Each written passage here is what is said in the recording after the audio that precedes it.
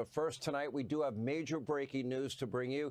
ABC is pulling Jimmy Kimmel off the air indefinitely over his controversial comments about Charlie Kirk's assassination. ABC's decision came after Nexstar and soon to be announced Sinclair would be announcing that they would stop airing Kimmel's program. That's a big chunk of Kimmel's stations around the country. Earlier today, the FCC chairman, Brendan Carr, who will join us in a moment, threatened action against Disney and ABC over this comment that Kimmel made on Monday, labeling the alleged Charlie Kirk assassin as a MAGA. Take a look. We hit some new lows over the weekend with the MAGA gang desperately trying to characterize this kid who murdered Charlie Kirk as anything other than one of them and doing everything they can to score political points from it.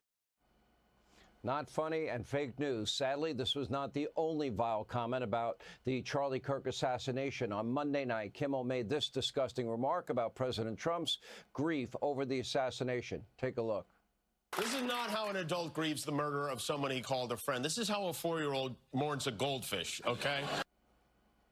Now, remember, I have been calling out Jimmy Kimmel's reprehensible comments and dialogue for years now, you know, like this one that he made mocking the First Lady, who speaks 6 languages, Melania Trump, in 2018. You might recall. Take a look.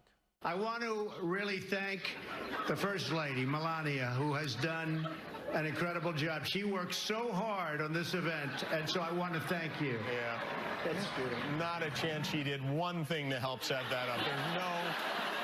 She didn't die egg. She didn't feel bad. The only thing she's been working on is an escape tunnel. No White House Easter celebration would be complete without story time from our First Lady. Never stop exploring, because life would be boring. Be clever and curious, just like a cat. Ask lots of questions about this and that. About this and that. Kimmel's recent vile remarks about Charlie Kirk's assassination, it should come as no surprise, given his lengthy history of mocking conservatives, Republicans, never-ending Trump bashing, which is why his ratings sucked. Take a look. We definitely know who wins Time's Sexiest Alleged Murderer of the Year. That would go to Luigi Mangione, the suspect in the shooting of the CEO of United Healthcare, who's become the hottest cold-blooded killer in America. Let's be honest, it was a terrible night last night. It was a terrible night for women, for children, for the hundreds of thousands of hardworking immigrants who make this country go, for healthcare, for our climate, for science, for journalism, for justice, for free speech. It was a terrible night for poor people, and it was a terrible night for everyone who voted against him. And guess what? It was a bad night for everyone who voted for him, too. You just don't realize it yet. Tesla stock is way down, almost disastrously so. People have been vandalizing Tesla vehicles, new Tesla vehicles. Please don't vandalize. Don't ever vandalize Tesla vehicles. And so Elon Musk has been making the rounds in the right-wing media to try to appear to be a human being. Everyone gets all worked up. Here's the thing. Donald Trump will never die. Forget it. He's like Dracula. He's going to keep sucking the life out of us forever.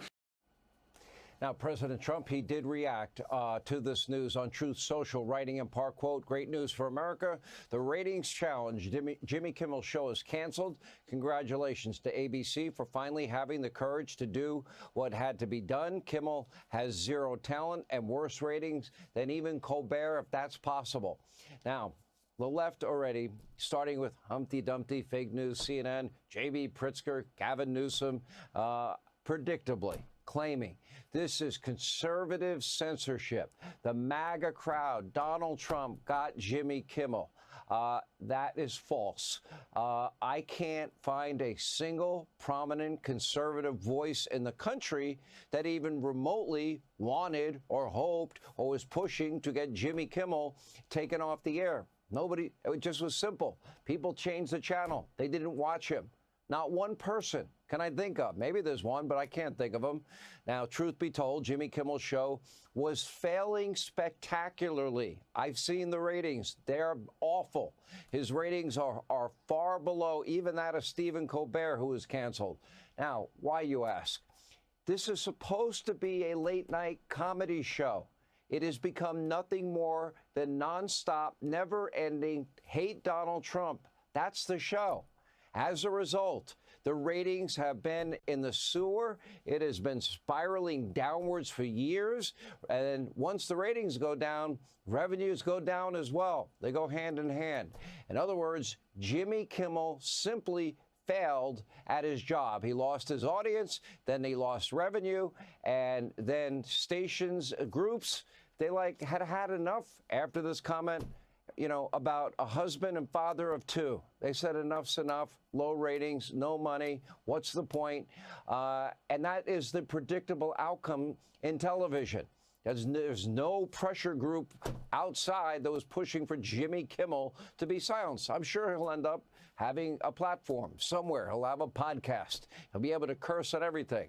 My understanding is most station groups were just fed up with his show.